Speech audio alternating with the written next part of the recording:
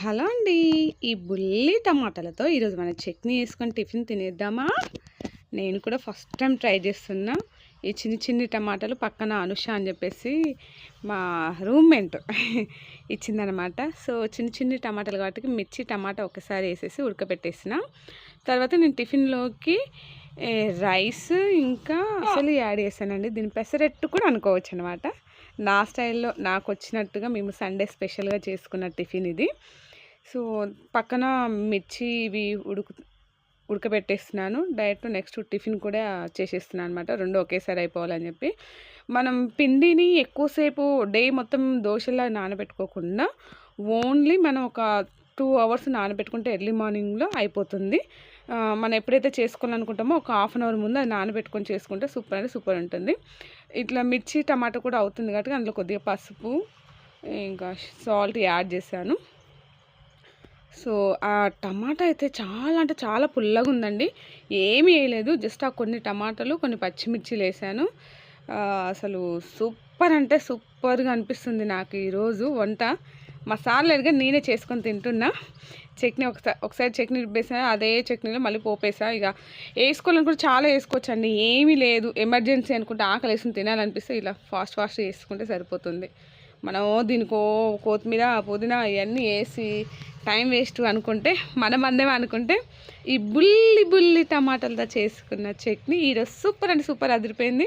Oil వేసి just ఆవాలు జీలకర్ర కొద్దిగా యాడ్ చేసుకున్నా, కలిపేసుకొని ఏముంది టేస్ట్ చూస్తే బొయ్యమా పుల్లగా ఉంది. దాంట్లో కనీసం నేను టమాటా తప్ప చింతపండు కూడా యాడ్ చేయలేదు. సో ఇది అయిపోయిందండి. దీన్ని పక్కన పెట్టేసి నెక్స్ట్ ఏం చేశానంటే ఇందాక మనం ఒక గంట ముందు రుబ్బి పెట్టుకున్న పిండిని జస్ట్ కలుపుకుంటున్నాను. దాంట్లో సోడా ఉప్పు కూడా నేను ఏమి యాడ్ చేయలేదండి. చాలా న్యాచురల్గా చేస్తున్న టిఫిన్. నేను ఎడిటింగ్ చేసేటప్పుడు బై మిస్టేక్ అయిపోయింది అనుకుంటా. ఎందుకంటే నేను చేసే వీడియో రివర్స్ వస్తుంది.